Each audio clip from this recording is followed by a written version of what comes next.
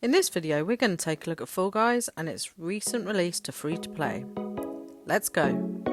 Fall Guys initially came out in August 2020 as Fall Guys Ultimate Knockout, right in the middle of the pandemic as a PlayStation and PC exclusive. Now for years I've heard from other gamers, including myself, that it's the perfect game for all platforms, including the Nintendo Switch. It could even be a mobile game. The problem with exclusivity, like with Fall Guys, is that behind the scenes what we're all waiting for is that ticking timer to go down as specified in the contract made between the publisher and the platform. Now as customers, we're not given this information, though it's usually a few years. The aim of Fall Guys is to at the end of the rounds be the last bean standing holding the crown. The whole idea is that the whole set of rounds is a game show that you participate in, with little mini games with a certain amount of beans being eliminated each round. Now to me, this style of game reminds me of an old pinball machine that you're actually inside and can direct, not always to success, and where to go next and how. Your character, the bean, can be dressed up in multiple ways using cosmetics earned from the battle pass or bought from the in-game shop. So, how does it work? You queue for either solos, duos, squads, or even special event matches. The weekend I'm recording this for the example has a massive Assassin's Creed event, which has been pretty fun to play, and completing the challenges offers rewards specific to Assassin's Creed for your bean. There are several mini-game matches, with the final one being the race to being the top. The matches vary from races and obstacle courses to even games like tag. There are a huge variety of matches and varying ways of playing on these arenas, and the matches are short and rapid, which means it's great if you don't have a huge amount of time to play a game. Now I've been playing this since the launch of the free-for-all evolution of the game. I've played mostly on my Xbox One, but I've also been testing on the Nintendo Switch. I've actually lost count of how many hours I must have played on both platforms at this point, but it is definitely a fair amount for a review. Now as I've said before, my concentration can be incredibly lacking, and this game definitely is great if you're trying to practice focusing on something. To begin with, I had absolutely no idea as to the maps or how to play, and with no concentration and trouble focusing. But the one biggest plus to this game is that I didn't find it disheartening by losing, due to my brain telling me what control I needed to press to jump over a gate, for example, at the right time.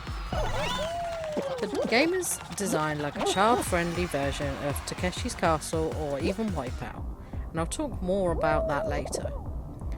Unless the game mode has specifically no respawn, you respawn each time you fall off the map or go flying into the stratosphere, and there's actually an achievement for getting substantial air. There's no gore, no death. You just magically respawn at the very last checkpoint you've reached to try again. The combination of colours being fun and bright with all the different costumes and outfits, and that of the fun design of the maps and no gore, makes the game incredibly light-hearted. Now I didn't get frustrated once. I often found myself laughing at something I'd done instead. With the gap between the short games as well, it allowed me to rest my mind a few minutes before returning back to concentration. The more I learn the maps and arenas and the tactics for that particular round, the easier it becomes. My youngest has seen me play a few games on the Xbox now, and she was attracted to the bright colours, and she compared the beans to minions from Despicable Me, which is actually one of her current obsessions, and she wanted to give it a try. Now while she's got no idea how to actually play due to her age, I feel confident as a mother that she can be given a controller for this under supervision because, well, we all know how expensive official controllers are. And she'll be at least able to make the little bean do something without too much difficulty, while giving her the confidence to give things a go. She loves pointing out if someone is dressed as a cat or a hot dog or has just a funny hat on. I think Fall Guys is great if you have a younger member of the family interested in gaming, and although it does have voice chat, you can disable this also in the settings, but I haven't personally experienced the voice chat, but as a rule I always disable voice chat if hooked up to the main TV. Because of the format of the game, it makes it great for a family game night around a controller and rooting a family member on as they attempt the match they've been given. This does have a slight thought that I'm hoping could be enabled in the future. Now Fall Guys does not have traditional couch co-op, which I think is actually a shame and missing out on a whole set of players. There isn't a lot of games out there anymore that have couch co-op in this kind of format, and I do think Fall Guys might be missing a trick here. Crossplay, however, is great in theory, but as with all big launches, and having surpassed over 50 million players in 2 weeks since launch at recording this video, there are a few bugs making this an issue. Some people are finding that they can't play with others on other platforms at all, voice chat's not working when in a party, or an issue I've had is when one of your party members, even solo, cannot get into a game at all, and if in a party, they get stuck in an infinite loop trying to get into a game and get kicked from the party. That can be an instant elimination to a game due to the point system used for squads or any multiplayer team version of the game. You just can't get enough points to qualify without a full group. I've been keeping an eye on the Fall Guys official Twitter page. Mediatonic are working hard on all the bugs as they crop up, even to the point of doing some funny comic book style drawings in their posts. Mediatonic has been actively and impressively speedily fixing bugs with loading and glitches. There's not much difference graphically that isn't as glaringly obvious either, like some games such as Fortnite. I think the bulk of the issue is that Mediatonic and Epic Games did not know how many people would be wanting to play at all minutes of the day. Like I've said, I've been playing on both the Xbox One and the Nintendo Switch, and even if you ignore some of the weird bugs and glitches, there isn't too much difference I've noticed between the two versions. On the Switch, the beams seemed a little jagged in their movements. I'm not sure if that's a graphics discrepancy for the Switch capability, or if it's just another bug. A lot of beams are loaded at one time on a small map, so that could also be the main culprit. It could very well be more of a hardware issue for the Switch. Now, one thing you need to bear in mind is that the first platform you load the game on becomes the primary account, which in my case means that my Xbox is the main platform I've chosen to play my account with Epic Games. My Switch is recognised just like an additional platform.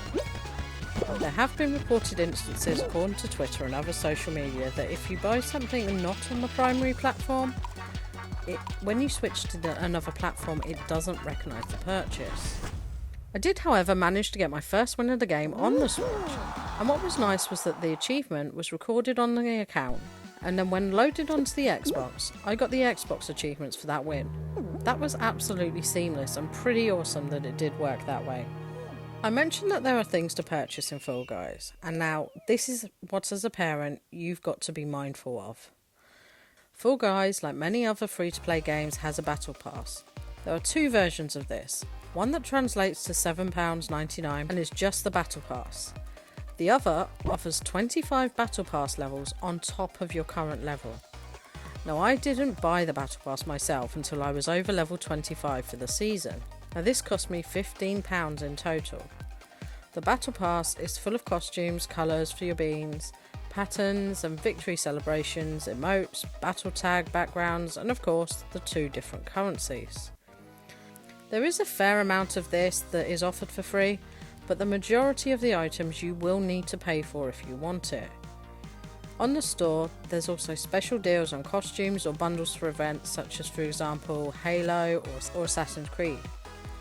There are one-off specials, and the currency does aim to make this confusing. Some items are available for up to a week, some only 24 hours. Now, the problem comes with the two different currencies. It's relatively easy to gain kudos in the game just by playing and fulfilling any challenge goals, and this is the free currency. The premium currency of Showbucks is much more confusing.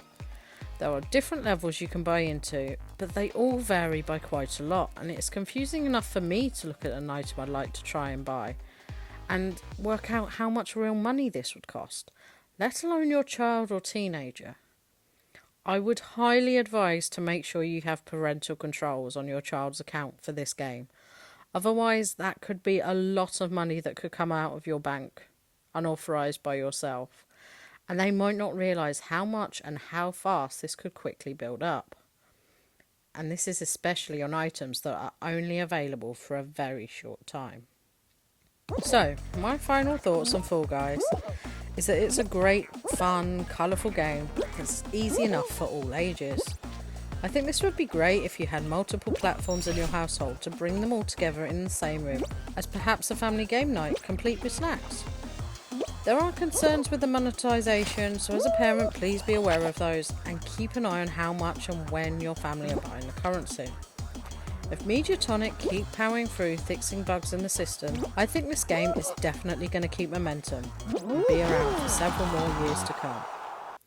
Now if you're looking for another game that I think is family friendly and includes couch co-op, check out this video now on the first few days in Stardew Valley on the Nintendo Switch.